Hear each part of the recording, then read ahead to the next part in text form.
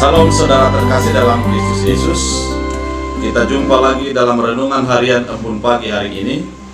Firman Tuhan untuk kita diambil dari Yesaya 32 ayat 15. Demikian dalam bahasa Batak Angkola. Dile Tuhan do dihita tom di sian ginjang, jadi gabe napu tano naharsang, jana akka ladang pe mangalehin suha merlupit ganda. Dalam bahasa Indonesia, sampai dicurahkannya kepada kita roh dari atas, maka padang gurun akan menjadi kebun buah-buahan, dan kebun buah-buahan itu akan dianggap hutan. Demikian firman Tuhan.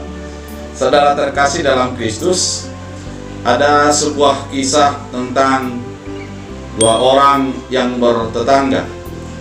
Satu memiliki rumah yang sangat besar, fasilitasnya bagus, dan segala view-nya ataupun kalau kita melihatnya begitu indah.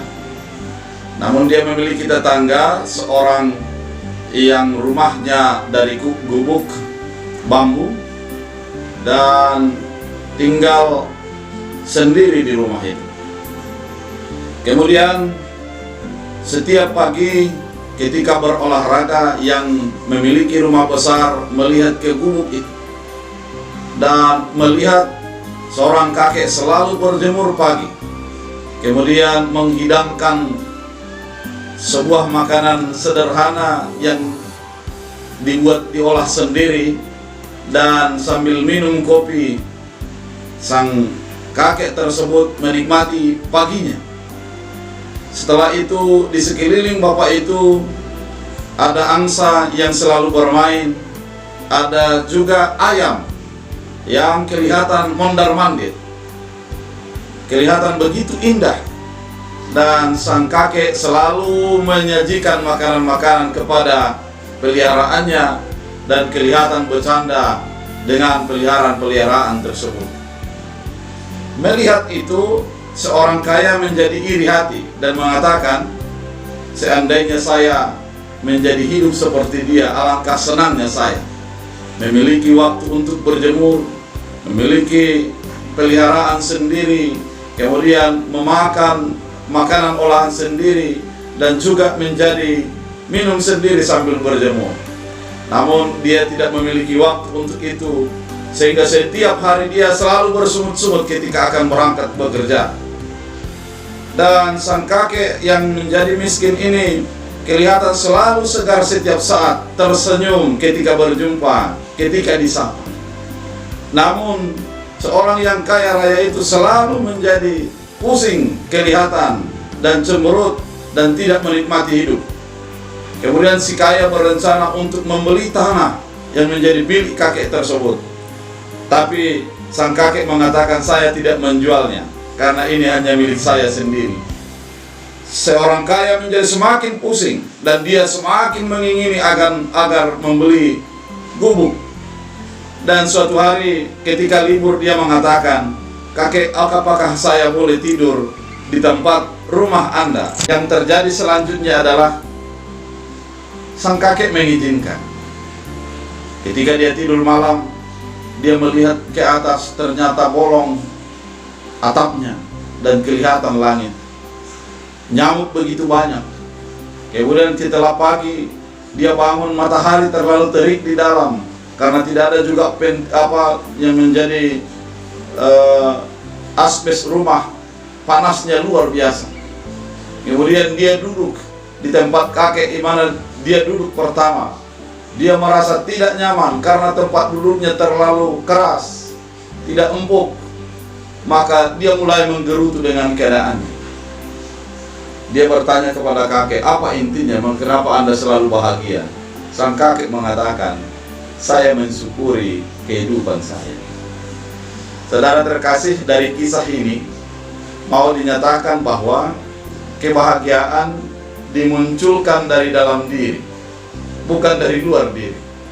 Kesuburan dimunculkan dari hati terdalam manusia, bukan dari luar diri.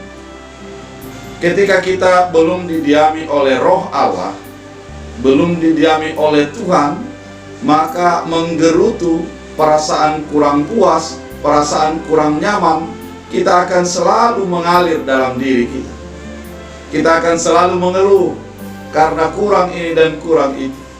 Namun ketika kita sudah didiami oleh Roh Allah, apapun itu akan kita syukuri.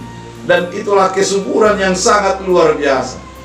Kehidupan Israel sesungguhnya penuh dengan berkat, namun mereka tetap menggerutu, mereka tetap menganggap tidak ada apa-apanya, sehingga mereka beralih kepada ilah lain yang sesungguhnya tanpa kepada ilah lain. Ketika mereka didiami oleh Allah, mereka sudah sangat berkelimpahan di mata orang banyak. Mereka sebagai seorang bangsa yang menjadi pilihan Allah, yang menjadi penuh dengan berkat dan sukacita.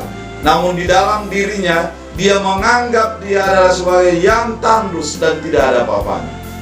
Jadi firman ini mengingatkan, merataplah ketika engkau tidak didiami oleh Roh Allah, tidak didiami oleh Allah, hatimu tidak dipenuhi oleh Tuhan, maka engkau akan banyak bersungut-sungut.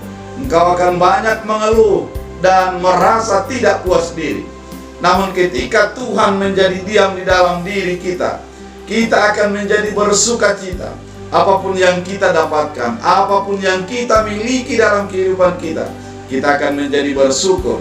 Kita akan bersuka cita dengan keadaan itu, karena Tuhan yang menjadi diam di dalam hati kita.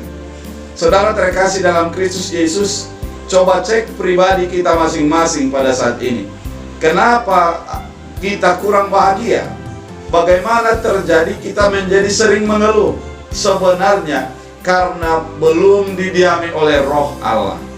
Menjadi perasaan kurang puas terus meluap dalam diri kita. Namun ketika Roh Allah diam, maka kita akan menjadi bersuka cita dalam segala keadaan. Apapun yang terjadi, kita akan melihat itu sebuah kebaikan daripada Tuhan. Ketika kita dihadapkan dengan sebuah berkat, maka kita melihat sebagai berkat.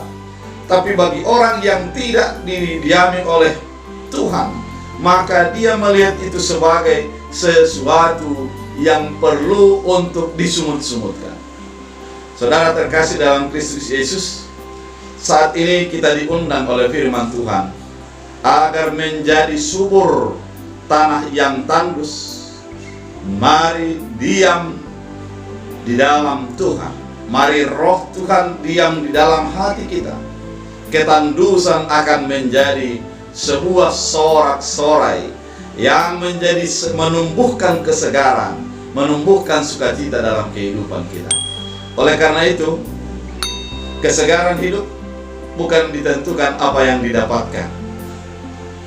Bahagia bukan ditentukan oleh seberapa banyak yang ada bagi kita, tapi ditentukan seberapa kuat kita berpegang dalam iman, dan membiarkan Tuhan tetap diam dalam hati kita.